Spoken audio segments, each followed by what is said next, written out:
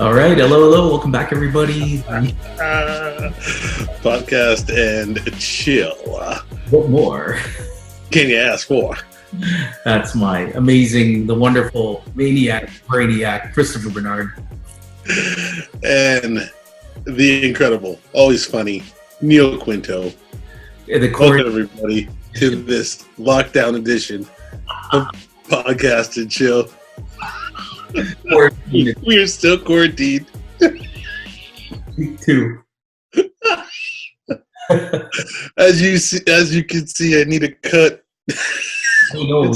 This is getting bad. This is like Castaway.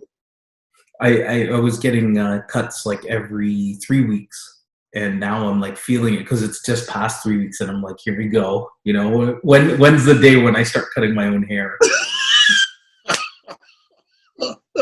I mean, you're still looking fresh. You still got those nice lines. Yeah. It's still looking good, man. Like you could. It's been what, 2 weeks? Yeah, maybe 2.5 weeks. But okay, so next week is going to be like okay. It's a feeling, though. Okay, like, but I'm way past that. I'm like a month past that. Like, there you go. This should not be happening at all. This is not today too. Yesterday, had we done it last night, I would have been looking really shaggy. So this is crazy. I did the numbers yesterday. I jotted them down to discuss them. So let's just do like a quick update. So the total numbers yesterday were 662,967 cases. Of those, deaths was 30,850 and 141,000 recovered. Today, it's 721,412 for cases, 33,956 deaths, and 151,000 recovered. So 10,000 recovered, 3,000, almost 4,000 passed, and now there's about 110,000 cases in one day. So you see how quickly this escalates. But I was watching something interesting that was covering, basically you have South Korea with the same number of cases as the United States, but really? Okay. The United States had like half the death amount of the United States. South Korea did. Korea did. Okay. Yeah, and the interesting point, the investigative work, the research pointed at the number of beds available per thousand is how they do it. Okay. And, Japan has 13 beds per thousand. South Korea has 12 beds per thousand. And the United States would only have 2.8 beds per thousand. And that's infected. That's not like total population. But, if you can imagine the whole population, like you see exactly why they want to lock it down. Yeah, like curve the, what do you call it? Curve there. Curve the I know Canadians started saying it, plank the curve. Plank the? Yeah, they did like a celebrity Twitter campaign, and there was Ryan Reynolds and what's his name? I do enjoy Ryan Reynolds, though. I do enjoy him. I'll say. I don't know what's going on here with all that. I do enjoy Ryan. Anyways, continue.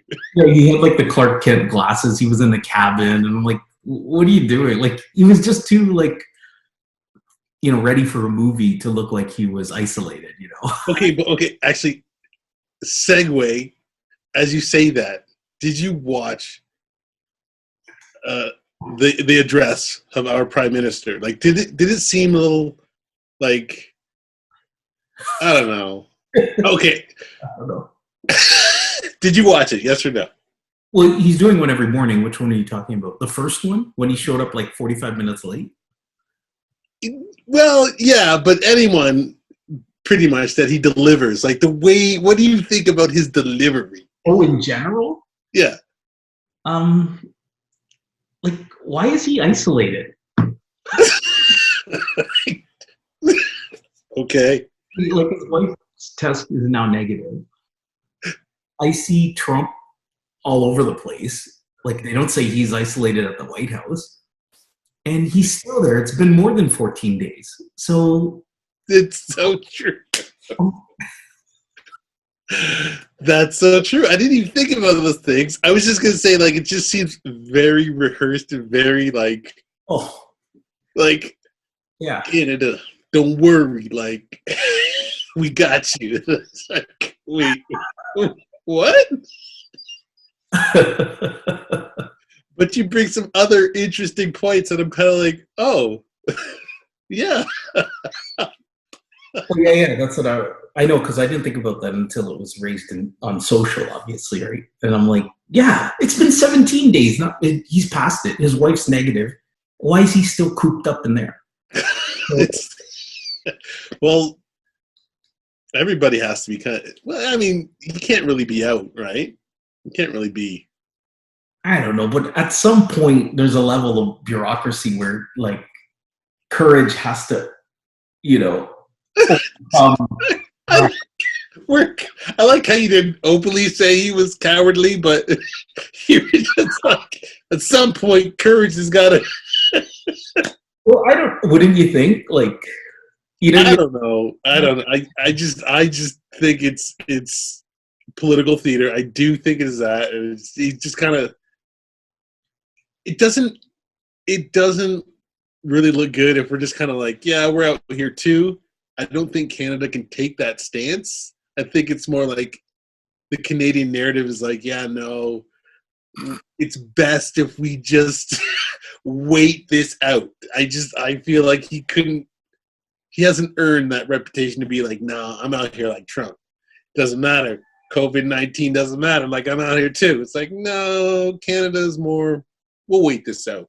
I have friends in the States that I'm chatting with, and it certainly feels like they don't take it to the same measure as we do. Like, we almost feel like extreme, and theirs a little bit more casual. Like, people are posting online, kids at the park, and they're getting upset, and people like meeting up, in their cars even, and stuff like that. And yeah, they're social distancing and such, but they're getting upset because they're just the fact that, like, they're not in the house at all. And then I talk to my friends in the States, and they're like, oh yeah, it's like business as usual. Oh, no way. Oh, that is hilarious. You know what? I was taking my daughters out for a walk, and it's weird to see all the cars that are home in the middle of the day. And it's like, okay, I know everybody's like, home. And they're probably like, who's this dude just walking his daughters out in this COVID-19 thing? Thing is, one day we were coming around the corner and there was these two cop cars. And I was just kind of like, and I just seen the parks.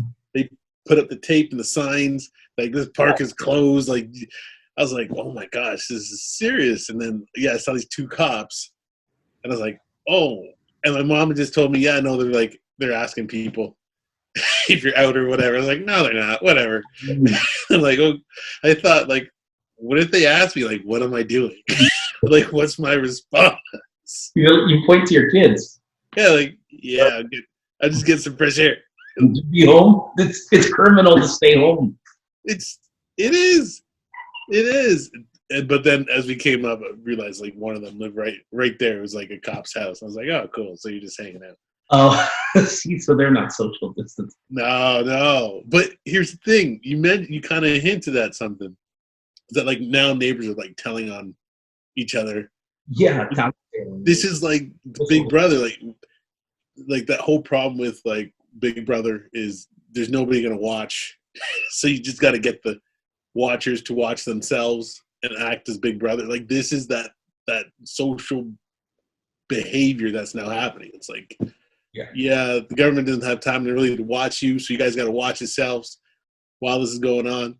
That's what everyone's doing, and then they just rat each other out. It's like, hey, so-and-so's infected and they're outside.